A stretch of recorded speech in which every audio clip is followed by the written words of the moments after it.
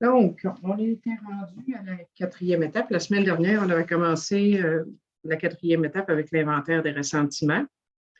Donc, je vais faire juste un petit retour sur ça. Dans le fond,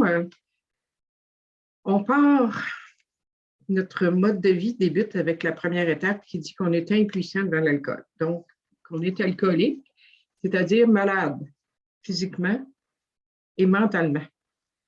Et la première étape me dit que je n'ai pas de pouvoir devant l'alcool. Donc, si j'admets vraiment que je n'ai pas de pouvoir devant l'alcool, normalement, je vais essayer de trouver une solution rapidement après ça, parce que je suis mal pris. Tu comprends? Je n'ai pas de pouvoir, donc je suis condamnée. Si je ne trouve pas un pouvoir supérieur à moi-même, je suis condamnée à boire jusqu'à en mourir. Donc, j'ai besoin d'une puissance supérieure. Et la deuxième étape, me dit que je vais trouver une puissance supérieure qui va me rendre la raison. Parce que pourquoi j'ai besoin d'une puissance supérieure? C'est parce que j'ai perdu la raison par rapport à l'alcool.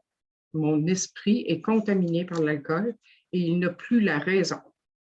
Donc, j'ai besoin d'une puissance supérieure pour me rendre la raison. Et une fois que je vais avoir identifié une quelconque puissance supérieure, quelle qu'elle puisse être pour moi, je vais lui confier mes vies et ma volonté. Au début, c'est bien sûr que moi, j'ai confié mon problème d'alcool, puis c'est juste ça, dans le fond, qu'on a besoin. C'est un début de confier notre vie et notre volonté à Dieu, tu sais, par rapport à l'alcool. Plus tard, on va se rendre compte que nos autres problèmes, par rapport à nos autres problèmes, on a aussi besoin de son aide face à tous nos problèmes. Puis on va y confier de plus en plus notre vie, puis arrêter d'essayer de fonctionner tout seul parce que ça ne marche pas bien. On va s'en apercevoir. En tout cas, moi, je m'en suis aperçue. Donc, c'est ça, la troisième étape, je décide de confier ma vie et ma volonté. Puis ils nous disent dans le gros livre, à page 72, ensuite, c'est-à-dire une fois qu'on a pris la décision de confier notre volonté et nos vies, ils nous disent ensuite, nous sommes lancés dans un vigoureux programme d'action, dont la première phase consistait en un sérieux ménage intérieur. Donc, c'est ça, on n'attend pas un an ou deux, une fois qu'on a fait notre troisième étape, avant d'embarquer dans la quatrième étape. Idéalement, on devrait embarquer dès qu'on a confié notre volonté et notre vie à Dieu. Et pourquoi on a besoin de faire cette étape-là? Ils nous disent ça tout de suite après. Ils nous disent que toute vitale et cruciale que fut la décision de nous abandonner, elle ne pouvait pas avoir d'effet permanent sans être tout de suite suivie d'un gros effort pour faire face aux obstacles qui intérieurement nous avaient nui et pour les éliminer. Notre problème d'alcool n'était qu'un symptôme. Nous devions donc nous attaquer aux causes. Alors là, il commence à nous parler de la maladie spirituelle. La maladie spirituelle, ce n'est pas une caractéristique de l'alcoolisme, c'est une caractéristique de l'état d'être humain. Et les obstacles qui nous ont nui et qu'on doit éliminer, c'est le ressentiment, c'est l'apitoiement, c'est la culpabilité.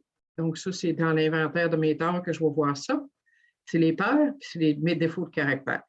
Tout ça, ce sont les obstacles qui nous empêchent d'être en contact avec une puissance supérieure. Donc, l'objectif de la quatrième étape qui est là, c'est de faire regarder, de voir, de prendre conscience de ce qui m'habite, puis qui me nuit. Puis, l'objectif est finalement de les éliminer. Et comment on élimine le ressentiment, l'apitoiement, puis la culpabilité? Par le pardon. Par le pardon. Alors, il ne mentionne pas comme ça, mais il n'y a pas d'autre moyen d'arrêter de faire du ressentiment que de pardonner aux gens envers qui on l'a fait. Puis, par la suite, d'éviter d'en faire le plus possible. Puis, par rapport à nous autres, c'est de se pardonner les torts qu'on a eus dans notre vie. Donc, c'est ça qu'on va regarder dans la quatrième étape. On a commencé la semaine passée.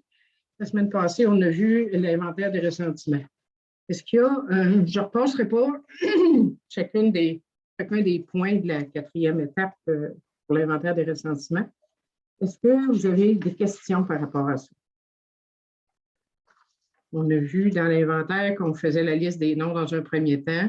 Dans un deuxième temps, on listait les causes. Pour chaque personne, on liste les causes de mon ressentiment avec les blessures qui ont été activées. On indique les domaines de notre vie qui ont été affectés et les peurs qui ont été activées aussi. Alors, une fois qu'on a fait ça pour toutes les personnes, on va retourner à notre liste, pour la liste de chacune des personnes, puis on va essayer de regarder ça autrement. Donc, ça, c'est ce que j'ai parlé, la phase 3, la nouvelle compréhension. Voir est-ce que je peux reconnaître que l'autre personne était malade spirituellement. Donc, c'est ça, avoir une nouvelle compréhension.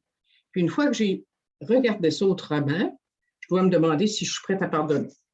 Donc, c'est un peu ça l'inventaire. Y a-t-il des questions par rapport à l'inventaire des ressentiments? Allô, Monique? OK. Donc, s'il n'y a pas de questions, on va aller à l'inventaire de mes torts. Donc, dans l'inventaire des torts, j'ai mis encore la prière qui est un peu suggérée dans le gros livre. Mon Dieu, aide-moi à faire face aux obstacles qui m'ennuient et à éliminer tout ce qui me bloque de la lumière de ton esprit. Donc, moi, avant de commencer l'inventaire, je dis ça. Donc, ici aussi, pour l'inventaire de mes torts, je vais vous faire une liste des noms des personnes envers qui j'ai eu des torts. Et ma liste est en grande partie faite parce que je vais reprendre la liste des noms que j'ai faite pour l'inventaire des ressentiments et je vais regarder mes torts pour chacune de ces personnes-là. Mais je vais ajouter dans la liste, à la première liste que j'avais, je vais rajouter les personnes envers qui je n'ai pas fait de ressentiment, mais envers qui j'ai fait des torts. Donc, un exemple, tu as volé de la bière au dépanneur. Tu n'as jamais fait de ressentiment contre le dépanneur, mais tu as volé. Donc, tu as fait des torts au dépanneur, donc tu vas l'ajouter à ta liste. Tu as, je ne sais pas, tu as donné un coup de pied à un de des étudiants quand tu allais à l'école ou tu lui as donné une volée. Peut-être que tu avais fait du ressentiment avant. En remarque, normalement, il est peut-être dans ta liste de ressentiments. Attends, c'est un bon exemple. Quel autre exemple que je pourrais donner? Le vol, c'est ce qui vient en premier. Ben, donc, tu as fait quelque chose à quelqu'un que tu connaissais peut-être pas nécessairement. Peut-être que tu ne connais même pas son nom à la personne. Mais elle est pareil. Celui à qui j'ai fait telle affaire. Tu peux le mettre pareil dans ta liste. L'objectif, c'est d'être le plus exhaustif possible. De faire, autrement dit, l'objectif, si on veut se libérer de tout ce qui nous a dérangé, de tous les torts qu'on a eus et pour lesquels, normalement, si tu as fait des torts à quelqu'un, tu vas avoir de la culpabilité.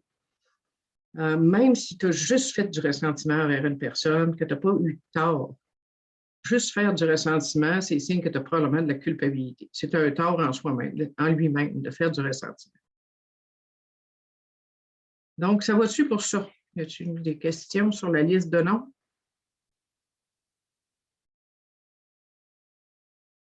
OK. Donc, ça, une fois que j'ai fini ma liste de noms, là, je vais prendre chaque nom, en commençant par ceux que j'ai fait du ressentiment, puis là, je vais aller voir c'était quoi mes torts envers ces personnes-là. Donc, les questions pour examiner ça, c'est, ils nous disent dans le gros livre, en ne tenant pas compte des torts des autres envers nous, nous avons résolument examiné nos propres fautes. Donc, quels ont été mes torts ou mes erreurs face à cette personne ou institution, incluant ceux reliés à la sexualité? On ne peut pas faire de tort à un principe. Vous savez, dans notre liste de ressentiments, on a indiqué les principes envers lesquels on faisait du ressentiment. Mais un principe, tu ne peux pas faire tort à ça. Tu sais, on ne regarde pas ça pour les principes. Donc, exemple de tort possible. La vengeance, du vol, du mensonge, de manipulation, violence physique ou verbale, du commérage, de l'infidélité, des abus sexuels ou autres, puis le manque de considération. Donc, ça, c'est des exemples de torts. Donc, je fais lister mes torts. On écrit ici aussi des phrases courtes, c'est pas un roman.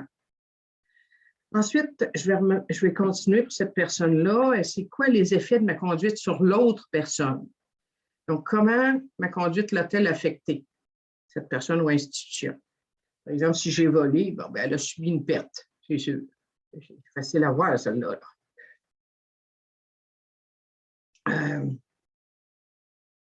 si j'ai été infidèle, c'est quoi l'autre? Si elle ne l'a pas su, il y a plusieurs qui disent, bon, ben j'ai été infidèle, mais elle ne l'a pas su, fait que je n'ai pas fait de tort. Est-ce qu'elle a senti quelque chose? Est-ce qu'elle a pu être... est-ce que tu as pu lui donner moins d'affection à cause que tu n'avais quelqu'un d'autre à qui la donner? Est-ce que tu lui as accordé autant d'attention? Tu as peut-être volé du temps aussi. Le temps que tu aurais pu passer avec ton conjoint ou ta conjointe et que tu ne l'as pas fait, tu as consacré ton temps à une autre personne, ben, c'est un tort à quelque part. Là, tu as volé du temps. C'est ça. On regarde ça le plus honnêtement possible, sans se taper sur la tête. Cet exercice-là, ce n'est pas un exercice pour se taper sur la tête et s'ajouter de la culpabilité. Au contraire, c'est pour l'enlever. On regarde, on n'est pas obligé de revivre puis de tout passer par toutes les émotions qu'on a eues à ce moment-là. Ce qui est important, c'est de lister. Puis, si tu vis des émotions, parle-en à quelqu'un. Si c'est des émotions difficiles, parle-en à quelqu'un pendant que tu fais ça. L'autre question qu'on peut se poser, que le gros livre mentionne, est-ce que je crois avoir suscité chez l'autre personne ou institution de la jalousie, de la méfiance ou de la rancune? Un exemple, je parlais d'infidélité tout à l'heure, pour ne pas être là à un moment donné, il a fallu que tu donnes des excuses. Puis ça pouvait-tu susciter de la méfiance chez l'autre? Ça pouvait-tu dire, ouais, c'est vrai ce qu'il me dit là? Elle devenait-tu méfiante, l'autre personne? Tu sais? Si elle le su, bien, ça a sûrement suscité de la rancune. Hein? On s'entend? C'est ça. Donc, on essaie de déterminer ça. Ça peut être deviné. En fait, on le sait peut-être pas, mais on peut deviner en se disant, si c'était moi qui avais vécu ça, comment j'aurais pris ça? Comment j'aurais réagi? Okay? C'est une façon de le regarder pour deviner ce que l'autre a pu ressentir. Ensuite, on va regarder les défauts qui étaient activés pour que tu fasses des torts. Donc, est-ce qu'il y avait de l'égoïsme et de l'égocentrisme? J'ai mis la définition de l'égoïsme, qui est l'attachement excessif qu'une personne porte à elle-même, à ses intérêts, parfois au dépens des autres. Puis l'égocentrisme, c'est la tendance... Oui? Jocelyne, tu sais-tu dans quelle page? Parce que je te suis en parlant, mais je ne te suis pas sur le livre. Dans le livre? Oui, c'est vrai qu'on n'a pas lu ce bout-là. Je suis rendue à page 60, c'est probablement pour toi 76, là, ça dit « Nous sommes revenus à notre liste ». Je vais te lire le passage, le paragraphe qui en parle. Hein? 75. 75, OK. En ne tenant pas compte des torts des autres envers nous, nous avons résolu d'examiner nos propres fautes ou erreurs. Dans quel cas avons-nous été égoïstes, malhonnêtes, calculateurs qui se traduit mieux par manipulateur, ou effrayés? En face d'une situation donnée dont nous n'étions pas entièrement responsables, nous tentions de faire totalement abstraction de l'autre personne en cause. Étions-nous à blâmer? Nous faisions notre inventaire à nous, pas celui de l'autre. Quand nous constations nos fautes, nous les prenions en note. Elles étaient là, écrites noir sur blanc. Après avoir honnêtement reconnu nos torts, nous avons consenti à les redresser. Donc, ça, c'est le paragraphe qui parle des torts. Ensuite, il faut aller à la question sexuelle à la page 77, qui est là, c'est là qu'il va nous parler des torts du côté sexuel. Donc, ça, il y a... Je peux peut-être lire les premières phrases. Venons-en maintenant à la question sexuelle. Plusieurs d'entre nous avaient besoin d'une réforme dans ce domaine. Mais avant tout, nous avons tâché de faire preuve de bon sens sur cette question, car il est très facile de s'égarer. Je ne vais pas plus que ça. Donc, ils disent à la fin de ce paragraphe-là, à page 78, « Nous ne voulons pas arbitrer la conduite sexuelle de quiconque. Nous avons tous des problèmes de sexualité. Nous ne serions pas tout à fait humains si nous n'en avions pas. Mais comment les résoudre? Nous avons analysé notre conduite des années passées. Ça fait qu'encore là, on revient sur l'inventaire des torts. Ils nous disent quand avions-nous fait preuve d'égoïsme, de malhonnêteté ou de manque de considération. C'est ça, on a les défauts. c'est là qu'on est. Qui avions-nous blessé? Avions-nous inutilement suscité la jalousie, la méfiance ou la rancune? Donc, c'est l'effet de ma conduite sur les autres qu'on a parlé tantôt. Où étaient nos erreurs et qu'aurions-nous dû faire à la place? On va le voir tantôt. Nous avons tout inscrit sur une feuille et nous avons examiné le résultat. Donc, c'est ça qui parle, c'est les deux bouts où il parle de l'inventaire de nos torts. Il y avait l'inventaire des peurs, on va y revenir tantôt. Je vais le relire tantôt. Parce qu'on a vu les peurs, on a vu ça dans l'inventaire des ressentiments, mais je pense qu'on ne l'avait pas lu, ce bout-là, la semaine passée. Je ne pense pas. OK. OK. Donc, si on revient à notre guide pour l'inventaire des torts, ça va-tu, Ginette, as-tu répondu à ta question? OK. C'est bon. Donc, les défauts. On a parlé de l'égoïsme. Là, l'égocentrisme, c'est la tendance d'une personne à se considérer comme le centre de l'univers, à tout rapporter à elle-même. C'est très proche l'un de l'autre, c'est pour ça que je les ai mis ensemble. Moi, je n'essaie pas de décortiquer, je te dis en égoïsme ou en égocentrisme. C'est de l'ego. Puis c'est ça qu'il faut voir. L'autre défaut qu'il faut regarder, que le gros livre nous mentionne de façon spécifique, c'est la malhonnêteté. Donc, la malhonnêteté, c'est le vol, le mensonge, la manipulation, ça rentre là-dedans. L'autre, c'est le manque de considération. Si j'ai été égoïste ou égocentrique, il est fort probable que j'ai manqué de considération envers l'autre. J'entends là-dessus. L'autre volet qu'on peut regarder, c'est l'orgueil, parce que c'est un défaut très présent aussi. L'égoïsme égocentrique est très présent, puis l'orgueil aussi. Étais-je habité par la peur qu'on découvre mes faiblesses? Ou est-ce que je tentais de défendre mon image ou le rôle que je jouais? Tu sais? Puis, on va lister aussi les autres défauts ou déficiences qui étaient activés face à cette personne-là ou à cette institution-là. Peu importe les torts, tu sais, pas pour chacun des torts précisément. De façon générale, c'est face à cette personne-là, c'est quoi les autres défauts ou déficiences qui étaient là, qui étaient présents. Ça va-tu pour ça, la phase 2? Est-ce qu'il y a des questions?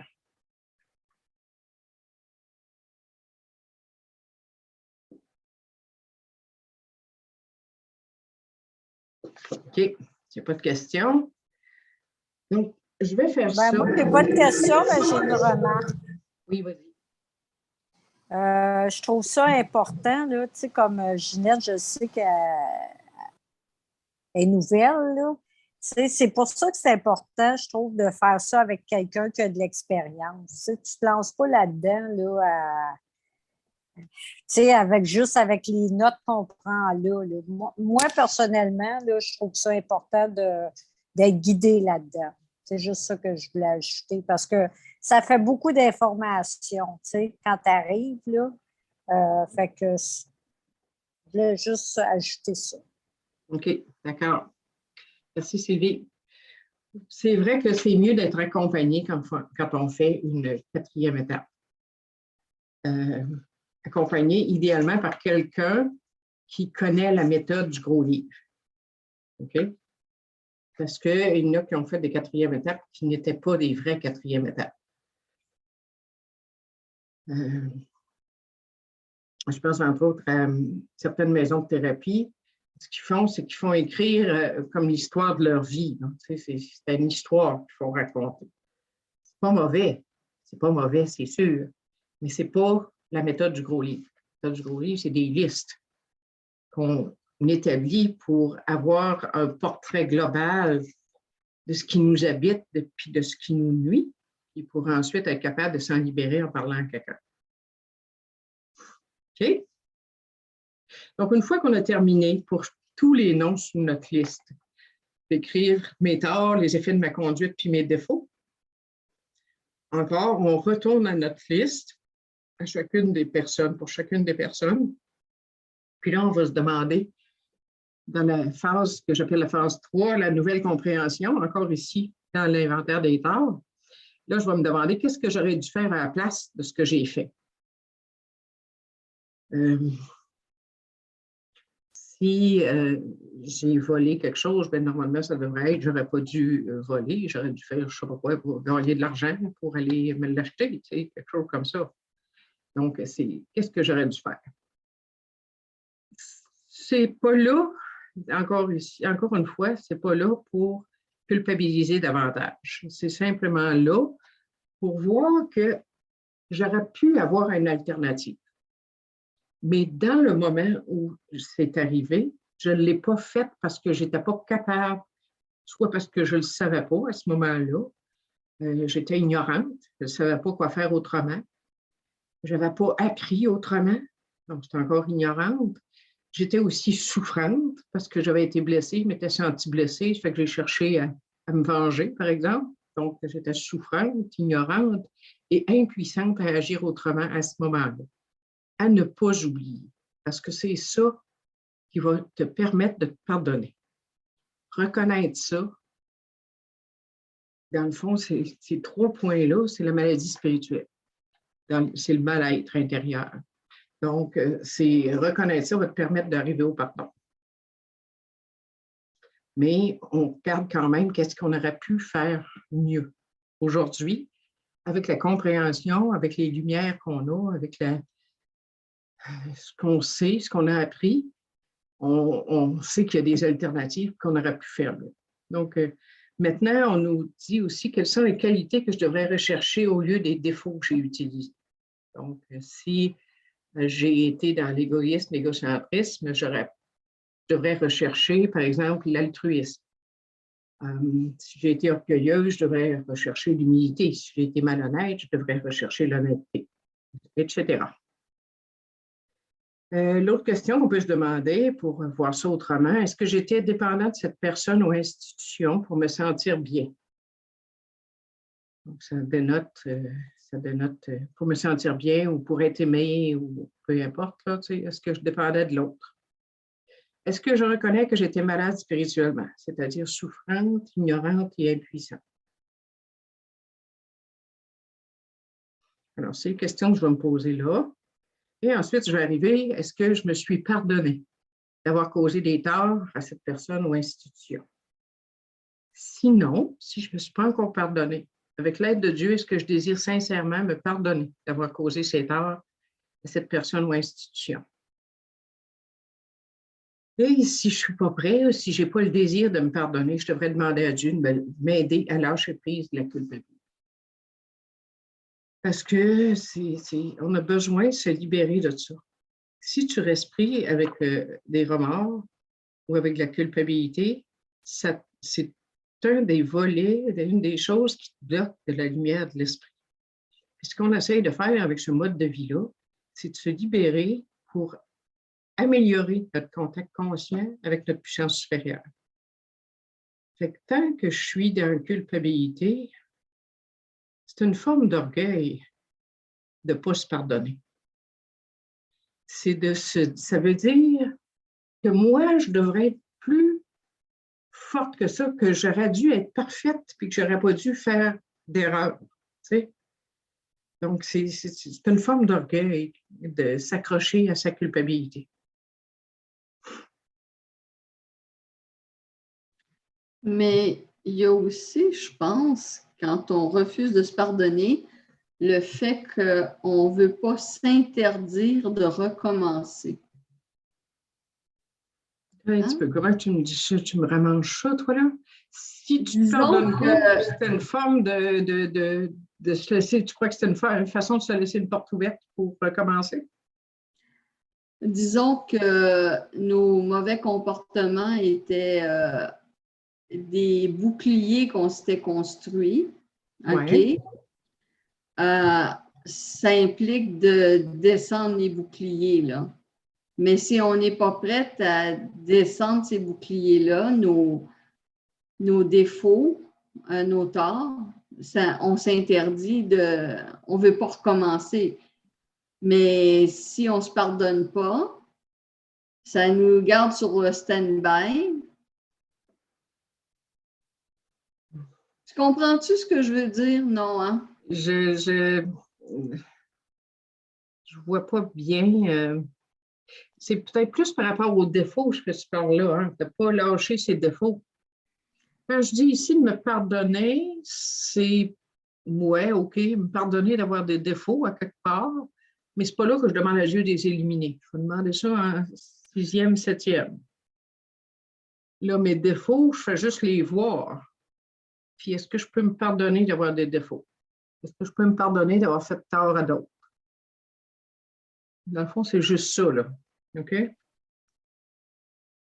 Ça va-tu? OK. Parce qu'effectivement, des fois, lâcher nos défauts, si je demande à Dieu sincèrement de me enlever puis qu'il me les enlève, je vais peut-être être vulnérable. Ça veut peut-être dire que je vais avoir besoin, je vais devoir montrer ma vulnérabilité. Puis je peux avoir de la misère avec ça. Si l'orgueil, tu sais, l'orgueil, c'est une façon d'essayer de sauver la face, à quelque part, souvent. Donc, si j'essaie plus de sauver la face, si je veux dire que je dis la vérité, là, c'est peut-être achalant des fois. C'est peut-être difficile à certains moments. Je comprends. Dans ce sens-là, oui, pour les défauts. OK. Y a-t-il d'autres questions ou commentaires par rapport à l'inventaire de mes torts?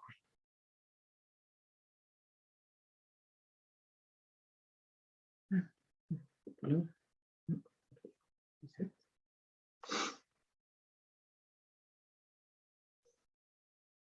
OK. Donc, on est rendu à l'inventaire de mes peurs. Donc, ça va nous amener au texte sur les peurs qu'on retrouve à la page 76. Y a-t-il quelqu'un qui veut me lire ça? Tu veux répéter la page, s'il te plaît? Page 76. Merci. Je peux bien lire un bout, moi. La part va être faite. D'accord. Donc, 76. 76, le deuxième paragraphe. Oui. Vous m'entendez bien, là? Oui. Remarquez que le mot peur est entre parenthèses dans les 4 cas. M. Tremblay, Mme Leblanc, l'employeur et la conjointe. Ce petit mot affecte d'une certaine façon presque tous les aspects de notre vie. La peur était comme un fil mauvais et pourri, la trame sur laquelle nos existences étaient tissées. Elle a engendré des situations qui nous ont causé des malheurs que nous ne croyions pas avoir mérités. Mais n'avions-nous pas été à l'origine de tout cela?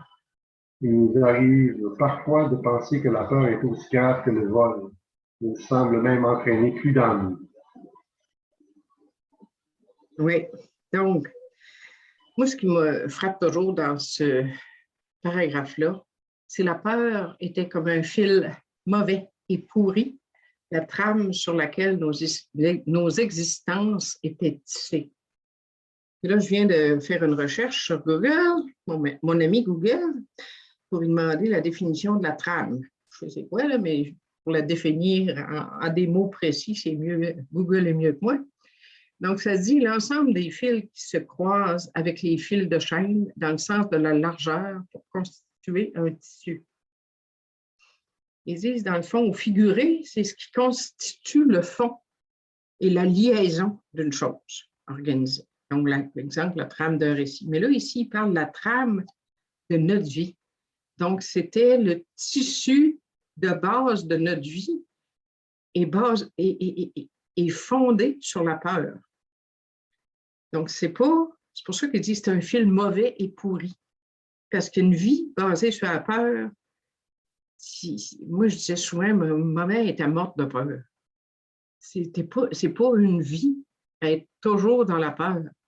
Tu es toujours dans l'anxiété, l'angoisse. Tu n'as pas de sécurité intérieure, tu sais, quand tu es dans la peur. C'est très souffrant. Je le sais pour l'avoir expérimenté en masse. Tu sais. C'est ça. Donc, ils disent, n'avions-nous pas été à l'origine de tout cela? Parce que c'est ça, ils disent, la peur a engendré des situations qui nous ont causé des malheurs que nous ne croyons pas avoir mérités. C'est quoi cette histoire-là? C'est que si tu es drivé par la peur, tu vas prendre des mauvaises décisions. Mettons que tu as un job qui ne te plaît pas, que tu n'aimes pas, mais tu as peur du changement. Tu ne bougeras pas de là. Fait que ta vie va être basée sur la peur. Tu vas rester dans le job que tu n'aimes pas à cause de la peur. Donc, les malheurs, tu vas continuer à te plaindre que tu as un job que tu n'aimes pas, mais tu ne veux pas bouger parce que tu as peur. Fait que tu es à l'origine de ça, de ta job que tu n'aimes pas. C'est toi qui l'as choisi, c'est toi qui restes là, sans chercher autre chose parce que tu as peur. Fait que la peur nous amène de nous sentir très mal, puis de rester pris dans des situations, par exemple, les femmes qui sont maltraitées, puis qui subissent de la violence, puis qui restent là, par peur. C'est grave, là, tu sais, quand une pilote, on va se plaindre que son mari la maltraite, ben oui, c'est tough, sort de là, mais elle a peur, elle ne peut pas, elle n'est pas capable. Donc, la peur peut être très envahissante, puis nous empêcher de vivre des belles choses de façon incroyable. OK? Tu veux-tu continuer l'autre paragraphe, Fabien? Oui. Nous avons soigneusement passé en revue toutes nos craintes en les écrivant, même si aucun ressentiment y était rattaché. Nous nous sommes interrogés sur la cause de nos peurs. N'était-ce pas parce que notre autosuffisance nous avait lâchés? L'autosuffisance nous avait servi jusqu'à un certain point, mais pas encore assez. Certains parmi nous avaient déjà eu une grande confiance en eux-mêmes, mais même cela n'avait pas suffi pour venir à bout de leurs peurs et autres difficultés. Lorsque notre peur nous rendait suffisants, c'était encore pire. Mm-hmm. Donc, la cause de nos peurs. Est-ce que parce que notre autosuffisance nous avait lâchés? On m'a pris du temps avant de comprendre ce qu'il voulait dire par ça. L'autosuffisance, c'est que je crois qu'il faut que je me débrouille tout seul dans la vie. C'est ça? Puis, ça veut dire aussi que je n'ai pas de puissance supérieure sur qui m'appuyer. Alors, c'est ça qui va me causer beaucoup d'insécurité. Je n'ai pas d'appui. Je pense qu'il faut que je me fie uniquement sur moi, que je n'ai pas personne pour me baquer, que je n'ai pas de ressources, soit des ressources intérieures ou les ressources d'une puissance supérieure. Donc, c'est ça l'autosuffisance, c'est de croire que je peux me suffire à moi-même et vivre ma vie en fonction de ça. Okay? Aussi, ce que je voulais vous parler par rapport à la peur, plusieurs d'entre vous le savez, il y a 3 réactions possibles face à la peur. Puis ça date de nos ancêtres, les Cro-Magnons. Ça remonte à loin, ça là. Donc, il y a 3 réponses programmées dans notre organisme face à la peur. La première, c'est de combattre. Si je suis face à un ennemi, tu sais, quand il était dans la plaine et qu'il avait à se défendre avec il y avait juste des bâtons pour se défendre, là, il fallait qu'ils se défendent. S'il y avait, mettons, un chacal qui les attaquait, il fallait qu'ils se défendent. Donc, ils ont peur, mais l'adrénaline est là, elle monte, puis elle leur permet de se défendre. OK? Donc, la première réaction suite à une peur, c'est de se défendre, combattre. Il y a l'autre qui est la fuite. La fuite pouvait être la solution dans bien des cas, puis nous autres, on l'a utilisé beaucoup. Par exemple, l'alcoolisme, c'est une réaction de fuite. OK? Je fuis la réalité. Je ne veux pas sentir la réalité. Donc, ça, c'est de la fuite. Puis la 3e réaction possible, c'est de geler. En anglais, ils disent fight, flight ou freeze. Donc, geler, c'est que tu ne bouges pas. Moi, ça m'arrivait souvent de geler. Quand j'étais plus jeune, là, pas de réaction. Je ne réagis pas. Je suis comme, j'ai plus de son, plus d'image. Ça gèle parce que je ne sais pas quoi faire. La peur est tellement envahissante que je ne peux plus bouger. C'est les 3 réactions possibles face à la peur. Mais les 3, dépendant des situations, ils peuvent être corrects. Mais par exemple, tu traverses la rue, puis il y a un char qui s'en vient, puis que tu gèles, c'est pas la bonne réaction. Là, ça aurait été la fuite qui aurait été la bonne réaction. Tu comprends? Fait que, on n'a pas toujours des réactions adéquates. OK. Un autre petit paragraphe, Fabien, mais après ça, je te lâche lousse.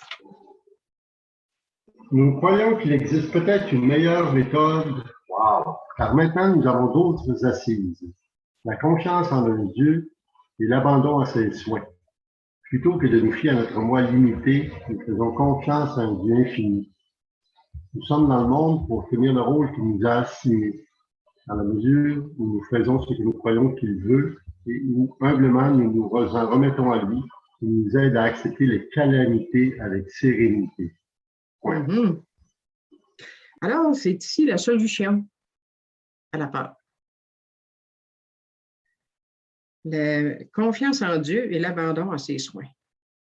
En troisième étape, je me suis confiée à Dieu. Aujourd'hui, si je ressens une peur, qu'est-ce que je vais faire avec? Je vais la confier à Dieu. Parce que je ne suis pas capable de la gérer tout seul. Je ne suis pas capable de me défaire de la peur avec l'outil qui a servi à la créer. L'ego est à la source de nos peurs. Puis si j'essaie de combattre la peur, j'essaie de combattre avec l'ego. Ça, c'est encore une décision d'ego, de combattre. Alors que la vraie solution, c'est de confier à une puissance supérieure à moi-même qui va pouvoir me rendre la raison. Parce que quand je suis dans la peur, je n'ai pas la raison. Donc, plutôt que se fier à notre moi limité, l'ego, c'est l'ego qui parle ici, faisons confiance en un Dieu infini. Donc, on est dans le monde pour remplir le rôle qu'il nous a assigné. Si on a confié notre volonté et notre vie à Dieu, ça veut dire qu'on a accepté de faire sa volonté. Pour ça, moi, il a fallu que je réalise que la volonté de Dieu pour moi était bien meilleure que ma volonté déchaînée d'alcoolique. Ma volonté d'alcoolique déchaînée, c'est que je jouais juste en avant de mon nez, moi. Je ne jouais pas le futur. Je ne sais pas ce qu'il y a dans le futur. Puis en arrière, il y a bien des données que je ne vois pas et que je ne sais pas non plus. Fait qu'il y a beaucoup d'ignorance là-dedans. Pour un être humain normal, il n'y a pas toutes les données du problème. Et je n'ai pas toutes les données. En plus, je suis souffrante. Si je suis dans la peur, je suis dans la souffrance. S'entends-tu? Puis, si je suis dans la peur, je suis dans l'impuissance aussi. Je n'ai pas le pouvoir face à mes peurs. Je n'ai pas réussi, moi, avec mes efforts personnels, à éliminer la peur. Je ne sais pas si vous autres, s'il y a quelqu'un qui a réussi ça, mais moi, je n'ai pas réussi. Fait que j'ai besoin d'une puissance supérieure. Puis, quand j'essaie de faire la volonté de Dieu, ce que je pense qui est la volonté de Dieu, parce qu'il ne vient pas m'écrire un livre d'instruction chaque matin, me dire aujourd'hui, tu vas faire ça, ça, ça. Ça ne marche pas de même. Fait que c'est dans le moment présent que j'essaie le mieux possible de rester connecté puis de faire la prochaine bonne action face à ce qui se passe dans ma vie. C'est ça qui est le mieux que je peux faire.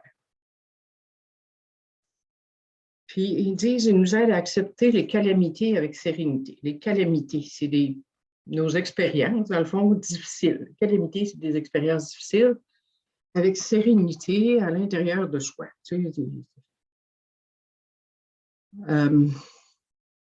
depuis que j'ai arrêté de boire, j'ai vécu beaucoup d'expériences, dont des expériences assez difficiles. Et je ne vous dis pas que j'ai accepté avec sérénité facilement ou rapidement, pas nécessairement, mais j'en suis venue à les accepter, à voir les expériences comme des occasions de grandir, des occasions de me libérer de ce qui me bloquait. Parce que à chaque fois, il a fallu que j'aille voir comment ça que je file mal à ce point-là. Qu'est-ce qu'il y a là? Ça me permettait d'aller voir justement un peu comme dans la quatrième étape, aller voir ce qui me bloquait ou ce qui me nuisait pour m'en libérer. Parce que c'est ça, peu importe la calamité ou ce qui arrive à l'extérieur qui me dérange, ça ne veut pas dire que je suis obligée de réagir de façon négative. Tu sais? J'ai une puissance supérieure qui peut me montrer la meilleure façon de réagir. Mais ça vient toujours dans la façon de voir les choses. Si ça vient toucher des blessures qui sont encore très présentes en moi, ça veut dire que je vais avoir besoin d'aller regarder ça et aller voir qu'est-ce qui pourquoi ça me bloque encore, qu'est-ce qu'il y a là, puis d'essayer de m'en libérer avec l'aide de Dieu. Tu sais. Fait que tout peut être source d'enseignement ou d'apprentissage, je devrais dire. OK, merci Fabien. Qui voudrait lire le paragraphe? Je peux y aller. Vas-y, Sylvie. Jamais nous ne nous excusons auprès de quiconque de dépendre de notre Créateur. Nous pouvons faire fi de ceux qui considèrent la spiritualité comme la voie de la faiblesse. Au contraire, elle est plutôt la voie de la force. L'histoire a démontré que la foi est synonyme de courage. Tous les hommes de foi ont du courage. Ils ont confiance en leur Dieu. En aucun cas, nous n'avons à nous excuser à cause de Dieu. Nous le laissons plutôt démontrer à travers nous ce qu'il peut faire. Nous lui demandons de nous libérer de notre peur et de nous faire voir ce qu'il attend de nous. Dès lors, nous sentons la crainte nous quitter. Oui, c'est ça. Jamais on s'excuse de dépendre de notre Créateur, puis jamais on s'excuse de partager, quand on partage, de parler de notre puissance supérieure, de parler de ce que notre puissance supérieure a fait pour nous. J'ai pas, comment je dirais bien ça? Je ne m'arrête pas au fait que certaines personnes, ça leur défrise les oreilles d'entendre parler de Dieu. Ça leur appartient. Moi, le programme que je suis, le mode de vie que j'ai, c'est un mode de vie spirituel. Alors, si je ne peux pas parler de la solution, je n'irai pas partager. Fait que je partage sur mon alcoolisme actif, oui, mais je partage surtout sur la solution. Puis la solution, c'est une solution spirituelle. Puis dans la solution spirituelle, Dieu est là. Pour moi, Dieu c'est Dieu. Fait que c'est ça que je vais partager, puis je ne m'en excuse pas. Donc, c'est ça. Donc, la voie de la foi, c'est la voie de la force. Moi, ma force vient d'une puissance supérieure, pas de moi. Fait que pourquoi j'en parlerai pas? Ils disent, puis aussi, il nous revient sur la solution pour la peur. Nous demandons à Dieu de nous libérer de notre peur et de nous faire voir ce qu'il attend de nous. Dès lors, nous sentons la crainte. Donc, je demande à Dieu de m'enlever la peur, puis je fais un pas. Je fais quelque chose. On parlait tout à l'heure de Tony de Vancouver qui donne des ateliers sur le gros livre. Puis j'écoutais un de ses ateliers sur YouTube, puis il disait, un des ateliers, il disait récemment, comment il disait ça? Ah oui, il disait, une de mes filles m'appelle, puis il est un peu. Ben là, je dis, OK, là, tu confies à Dieu. Oui, OK, maintenant, as-tu fait ta vaisselle? Non, va faire ta vaisselle, puis rappelle-moi. La prochaine bonne action, c'est quoi que tu as à faire dans ta vie? C'est quoi qui a besoin d'être fait? Fallait. Pendant que tu fais ça, tu ne penseras peut-être pas à ta peur. Fait que, puis là, il dit, rappelle, puis là, après ça, as-tu fait ton lit? Non, va faire ton lit. Tu sais, des affaires simples, tu n'as pas besoin de chercher midi à 14 heures. C'est quoi que tu peux faire pour éviter, justement, de recenser ta peur ou de centrer sur ton nombril? Pour aller voir, je l'ai-tu encore la peur? Es-tu parti, là? Es-tu parti? Bien, ça. Et tu ne l'as pas lâché, tu es en train de te questionner là-dessus. Tu vas lâcher quand tu vas faire autre chose. Fait que fais la prochaine bonne action. On demande à Dieu, qu'est-ce que tu veux que je fasse, là? Qu'est-ce que j'ai à faire? Ça va-tu? Y a-t-il des questions sur la peur?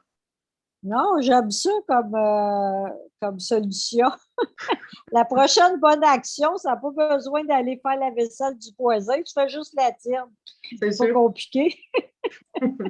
Ah oui, c'est ça. Moi, je me rappelle quand j'étais sortie de l'hôpital après la psychiatrie, là, j'étais bourrée de peur, puis ça allait pas bien. Puis là, je prenais des médicaments, mais tu sais, ça enlève une partie, mais c'est pas. Je voulais pas être gelée non plus, fait que ça ne voulait pas. Fait que moi, je faisais mon jeu de patience. Une fois que mon ménage était fait, mes affaires étaient faites, là, mon jeu de patience. C'est comme pendant que je faisais ça, je pense pas. Je pense juste au jeu de patience. Fait que ça évite de recenser des peurs puis que le hamster tourne tout le temps. Tu sais? Fait que t'es là. Y a-t-il d'autres questions, commentaires? OK. Donc, on va revenir à notre guide. On est rendu à page 4 dans l'inventaire. Il y a le guide pour l'inventaire de mes peurs. Donc, qu'est-ce que je vais faire avec les peurs? Là, je vais aller revoir ma liste de mes ressentiments. Vous vous souvenez, dans la liste des ressentiments, on avait à la page 1, on disait quelles étaient mes peurs face à cette personne, institution ou principe, ou face à ces situations. Donc, j'ai listé des peurs pour chaque personne.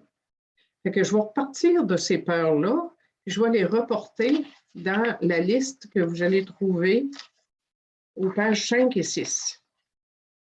Vous allez cocher, mettons, la peur du rejet. Tu regardes tes choses de ton inventaire des ressentiments, puis tu vois le rejet, ça fait que tu coches rejet. Puis moi, ce que j'ai fait, c'est qu'à chaque fois que j'avais noté rejet, je mettais une petite ligne. Pour avoir une idée, c'est quoi qui m'habite vraiment, là, je voyais que rejet était tellement présent, il n'avait tellement de fois, il était très souvent là. Donc, ça me démontrait que c'était une de mes blessures importantes. OK? Donc, je vais identifier mes peurs dans la liste qu'il y a ici, à partir de mon inventaire de mes ressentiments. Une fois que j'ai passé à travers de mon inventaire des ressentiments, là, je vais reprendre la liste et je vais regarder chacune des peurs qui sont mentionnées là. Puis si j'en vois que oui, c'est vrai, j'ai ça moi aussi, je vais le cocher une fois. C'est assez, là. Pas besoin de...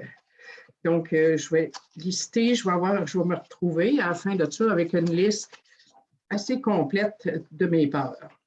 OK? Puis, il nous demande ensuite, pour chaque peur, d'identifier les causes. Ça, je te dirais, c'est peut-être un peu long, parce que dans le gros livre, ça a l'air de dire ça. Moi, personnellement, j'ai fait ça globalement. Pourquoi ai-je développé ces peurs-là? Alors, remarque, il y en a peut-être que je veux faire plus, mettons le rejet, les blessures importantes, je vais peut-être le faire pour ça. Oui, parce que c'est très présent. Vous savez, les 5 blessures, là, trahison, rejet, abandon, humiliation, puis injustice. Je vais faire l'inventaire de ça pour chacune. Pourquoi ai-je développé ces peurs? Donc, pourquoi ai-je développé la peur du rejet? C'est parce que j'avais peur de ne pas être aimée. C'est ça.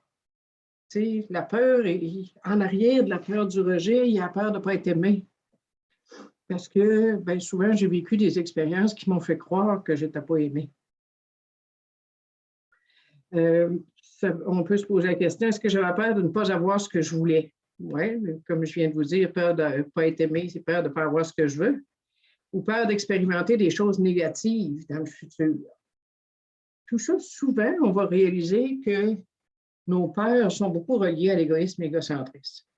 J'ai peur de ne pas être aimé. C'est assez égocentrique ou égoïste. Hein? On s'entend? J'ai peur d'être trahi. Oui, c'est encore là, c'est mon petit moi qui a peur d'être trahi, pauvre de moi. J'ai peur d'être traité injustement. Ben oui, on n'a pas le droit de me traiter injustement, moi. Hey, c'est peu, là. Tout ça, c'est souvent relié à un fond d'égoïsme égocentriste. Ils disent d'ailleurs, quelque part, égoïsme et égocentrisme, voilà la source de nos problèmes, la page 69. La source même des peurs, c'est l'égoïsme égocentriste. Puis aussi, me poser la question, ai-je développé cette peur parce que mon autosuffisance m'avait lâché? Autrement dit, parce que je ne pouvais pas contrôler la situation. Tu sais, je n'ai pas le contrôle sur les autres. Donc, ils peuvent me rejeter. Fait que ça crée de la peur. Donc, je vais faire ça pour les peurs importantes de ma vie. Les autres, tu peux essayer, tu peux les regrouper, puis ça va faire. Tu n'es pas obligé de faire, si tu as 56 peurs, là, je ne suis pas sûre que tu es obligé de refaire ça pour 56. Mais c'est certainement utile pour les 5 blessures principales ou les grosses, celles que tu vas voir que tu as beaucoup de petites coches là, qui viennent de ton inventaire de tes ressentiments. Je te dirais, ça peut être utile de faire ça.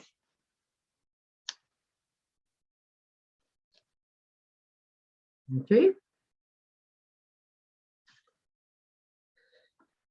Donc, y a-t-il des questions pour l'inventaire des peurs?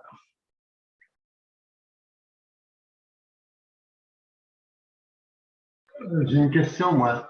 Oui. Je sais pas, c'est-tu des peurs? Ce que j'ai vécu, là, moi, cette semaine, là, j'avais l'impression que des gens riaient avec moi. Hey, j'ai dans la panique quasiment, là, j'ai tout mal. J'arrive pas à trouver le filon à l'arrière de ça. C'est comme la peur de ne pas être aimé, d'être rejeté. Oui, c'est le rejet. Si on rit de toi, c'est parce qu'on te rejette. Ouais. Hein? En même temps, j'ai pas le contrôle là-dessus. Non. Puis, Non, mais tu as probablement vécu du rejet quand tu étais enfant. ouais, Ça t'a blessé. ouais. Une fois que tu as été blessé, tu as une blessure de rejet, tu vas avoir peur du rejet. Tant que tu n'auras pas libéré la blessure de rejet, dans le fond, tant que tu n'auras pas compris que justement, c'est le petit moi, c'est l'ego qui a été blessé. Là, tu sais. Tu t'es pas senti aimé, pauvre de moi. Puis aujourd'hui, les gens qui, tu as l'impression qu'ils rient de toi, c'est que tu leur donnes pas le droit de rire de toi. Hein? C'est Puis, sûr, je vais même jusqu'à prêter des fausses intentions. Là, tu sais, je vois le rejet partout. Oui, je sais. Je connais ça. J'ai vécu ça. J'étais de même. Moi, je voyais le rejet partout, partout, partout. Fatigant. Merci. Aujourd'hui, je vois quelqu'un qui rit. Ben, on dit, OK, on fait une farce. C'est plus de moi qui rit aujourd'hui. Puis même s'il rit de moi, il a le droit, hein, à la limite. Tu sais, si je ne vaux pas une risée, ça ne vaut pas. C'est ça. J'ai plus, comment je dirais ça, je vais lâcher prise là-dessus beaucoup. Là, tu sais, je n'ai plus besoin d'être aimé par tout le monde. Y a-t-il autre question, autre commentaire? Il disait, Jocelyne, que la peur.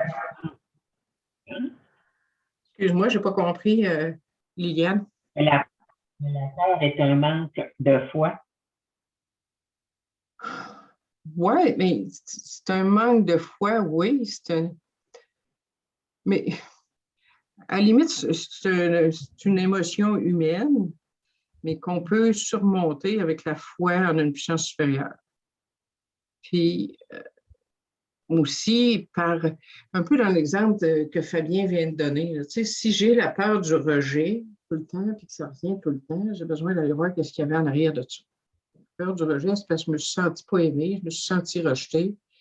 Bon, c'était-tu vrai? C'est-tu si important que ça, que tout le monde m'aime? C'est d'aller voir la racine de ça. C'est pour ça, l'inventaire des peurs, c'est intéressant pour les peurs qui reviennent souvent, qui sont très envahissants.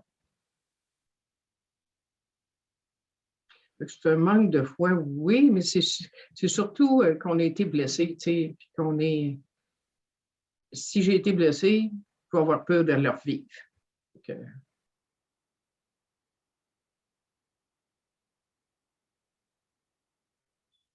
Ça va-tu? Ils disent que l'ego, c'est la peur, OK? Ben, l'ego, la peur vient de l'ego. Et qu'on a besoin d'une solution spirituelle à ce moment-là, parce que l'ego, ouais. n'est pas spirituel tantôt, il est là. L'ego est pas mal l'ego est la base de tes défauts, la base de tes peurs, la base de ton ressentiment, la base de l'apitoiement, la base de la culpabilité, tout ça. Ça vient de l'ego. L'ego a pris beaucoup, beaucoup de place dans notre conscience, je te dirais. Puis on l'a laissé mener notre vie, une bonne partie de notre vie. Puis ça ne donne pas des très bons résultats. Parce que les solutions de l'ego, c'est de faire du ressentiment, c'est la vengeance, c'est l'apitoiement, c'est tout ça. Tout ce qu'on a vu qui nous bloque, qui nous nuit. OK?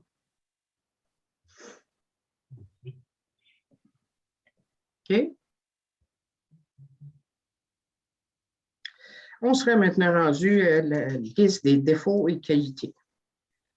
Donc, quand j'ai fait mon inventaire de mes torts, on a vu qu'on listait des défauts. Donc, on va faire un peu le même processus qu'on a fait pour les peurs. À la page 7 à la page 7, j'ai une liste de défauts. Ça ne veut pas dire que c'est exhaustif, mais en tout cas, il y en a pas mal. Donc, je vais repartir de mon inventaire de mes torts. Je vais aller voir les défauts que j'avais listés, puis je vais venir les cocher dans la liste, de la même façon que j'ai fait pour les peurs. Je vais cocher mes défauts que je me suis reconnu.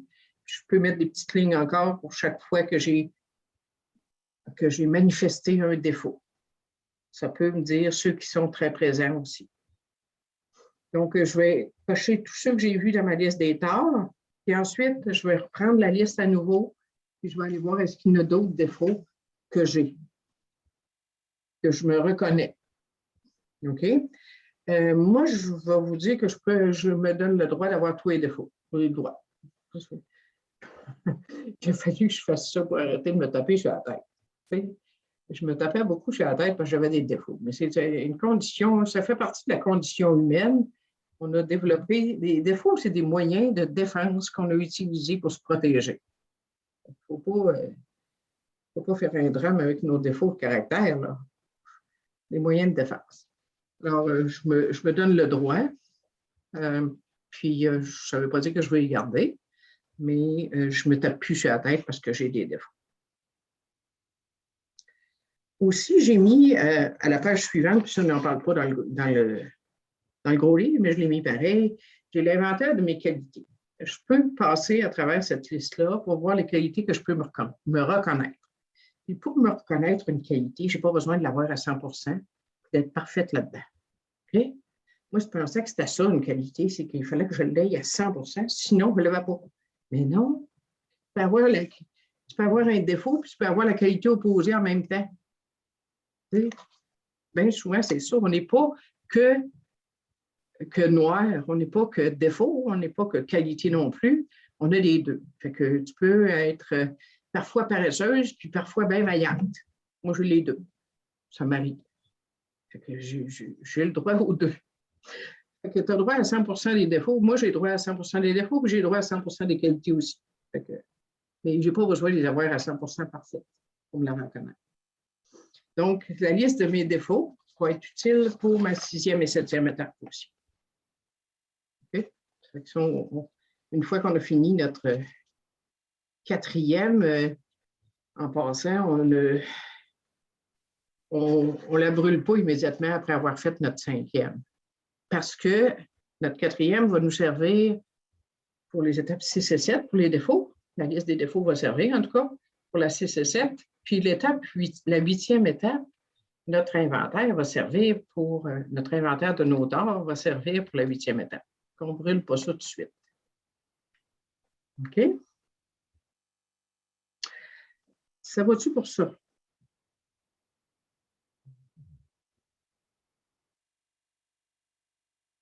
OK? On va revenir au gros livre. Il y a une partie qu'on n'avait pas lue. On va lire la question sexuelle. On va terminer ce soir avec la question sexuelle. Qui veut lire ce bout-là?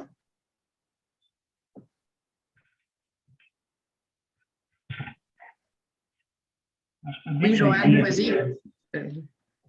Joanne, puis après ça, Liliane, t'en liras un bout aussi. OK. Donc, venons-en maintenant à la question sexuelle. Plusieurs d'entre nous avaient besoin d'une réforme dans ce domaine. Mais avant tout, nous avons tâché de faire preuve du bon sens sur cette question, car il est très facile de s'égarer. C'est un point sur lequel les opinions sont parfois diamétralement opposées et vont peut-être à des extrêmes absurdes. D'une part, il y a ceux qui les relations sexuelles ne font que satisfaire les bas instincts et sont nécessaires pour procréer. Et d'autre part, il y a ceux qui en redemandent toujours davantage. Ils s'en prennent à l'institution du mariage. Ils considèrent que la plupart des problèmes du genre humain sont, au fond, des problèmes d'ordre sexuel. Ils croient que leurs relations ne sont pas assez fréquentes ou qu'elles ne sont pas bonnes. Tout leur semble relever de la vie sexuelle. Pour les uns, le piment de la vie devrait être interdit.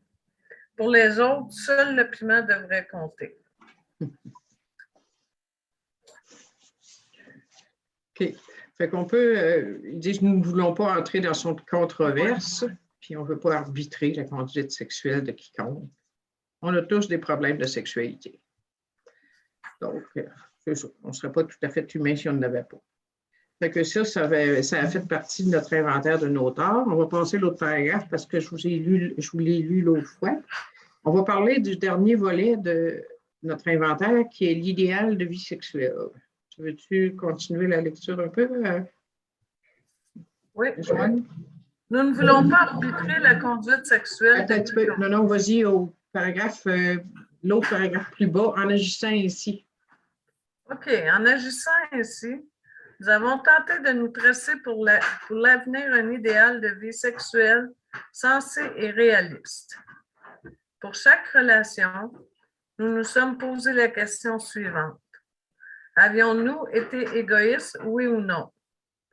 Nous avons demandé à Dieu de nous façonner un idéal et de nous aider à nous y conformer.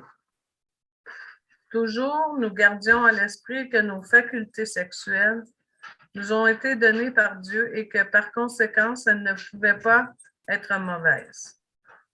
Nous ne pouvions pas non plus en user à la légère ou égoïstement, pas plus que nous devions les mépriser ou les avoir en aversion. C'est ça. Donc, ici, il parle d'un idéal de vie sexuelle. Moi, je vous dirais, c'est ce que je dis aux gens, quand ils font cet idéal-là, c'est un idéal de vie sexuelle et affective. On ne peut pas séparer la sexualité de l'affectivité. Vous voyez vers moi, si les gens le font, c'est pas naturel. Okay? Normalement, la sexualité vient de l'affectif. OK? Si tu veux continuer à un autre paragraphe ou deux. D'accord? Quel que soit l'idéal. Quel que soit l'idéal adopté, nous devons toujours tendre à nous en approcher pour grandir. Nous devons être prêts à réparer les torts que nous avons causés, pourvu que cette réparation ne cause pas de torts plus graves encore. En d'autres mots, nous traitons la question sexuelle comme tous les autres. Dans nos méditations, nous demandons à Dieu de ce que nous devons faire devant chaque situation spécifique. La bonne réponse nous sera donnée si nous le désirons. OK. Donc, c'est ça. Il n'y a pas grand-chose à rajouter là-dessus. Dans le paragraphe suivant, ils disent que Dieu seul peut juger notre sexualité. Donc, c'est beau. Ils disent ensuite, dans l'autre paragraphe plus loin, supposons que nous manquions à notre idéal. Allons-nous boire pour autant? Certainement pas. Donc, tout dépend de nous et de nos motifs. Je pense qu'il n'y a pas... Pour moi, je ne comprends pas ce bout-là, là, qui a écrit ça de même. Il n'y a pas de raison de retourner boire, même si on manque à notre idéal, dans quelque domaine que ce soit dans le domaine sexuel ou dans d'autres domaines. T'sais. Donc, si nous regrettons notre erreur, que nous avons le désir sincère de laisser Dieu nous guider vers des choses meilleures, nous serons pardonnés et nous aurons appris notre leçon. Si nous n'éprouvons aucun regret et que notre conduite continue de léser les autres, il est à peu près sûr que nous recommencerons à boire. Nous ne faisons pas de théorie, nous fondons sur des faits tirés de notre expérience. C'est bien sûr que peu importe le domaine, que ce soit dans la sexualité ou dans d'autres domaines, si tu es pickpocket, puis tu continues à faire le pickpocket après avoir arrêté de boire, puis tu sais que tu es malhonnête, puis tu continues à l'être même après avoir fait une 4e puis une 5e étape, tu es en train de tu n'es pas honnête dans ton mode de vie, tu n'es pas consenti, tu n'as pas demandé à Dieu d'éliminer tes défauts, puis tu n'as pas consenti à ce qu'il fasse. Fait que, je ne suis pas sûr que tu vas te sentir très bien. La personne ne se sentira probablement pas très bien. Donc, que ce soit par rapport à la sexualité, quelqu'un qui est infidèle puis qui continue d'être infidèle, je ne voudrais pas être à sa place. Parce que ça risque de susciter encore de la culpabilité puis encore de bloquer la lumière de l'esprit. Donc, ça risque, c'est un peu comme si tu fais du ressentiment, tu as fait ton inventaire puis tu continues après ton inventaire à faire du ressentiment. C'est risqué de retourner voir. Fait que peu importe le domaine, si tu continues à ne pas être honnête ou à alimenter ces domaines-là, le ressentiment, l'apitoiement, la culpabilité, ben, tu risques de te retrouver à la boisson. Parce que c'est comme si tu te bloques de Dieu à quelque part, d'une certaine façon. Donc, tu peux pas, son aide n'est pas accessible facilement. Finalement, tu vas finir par croire que tu ne mérites pas. Puis, tu risques de retourner boire. Donc, c'est beau. Liliane, veux-tu continuer à lire le paragraphe suivant, le résumé? Ton micro est fermé, Liliane.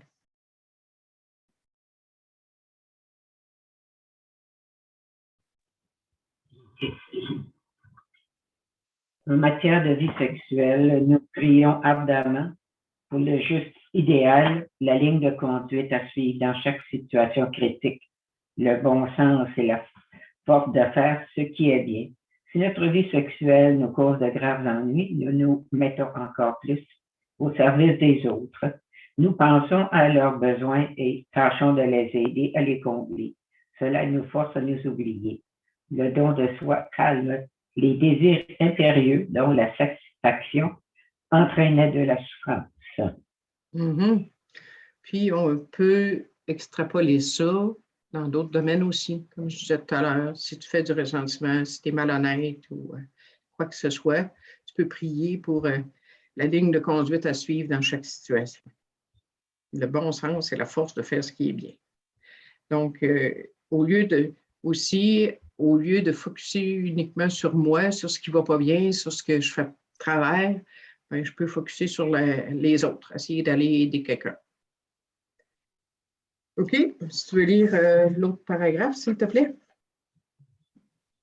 Vraiment, nous avons fait un inventaire exhaustif. Nous avons beaucoup écrit.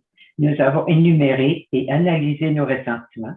Nous avons commencé à comprendre leur futilité et le danger mortel qu'ils représentaient.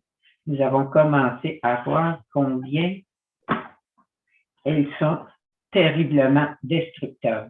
Nous avons commencé à apprendre que ce sont la tolérance, la patience et la bonne volonté envers nos semblables, même envers nos ennemis, que nous avons vus comme des êtres malades.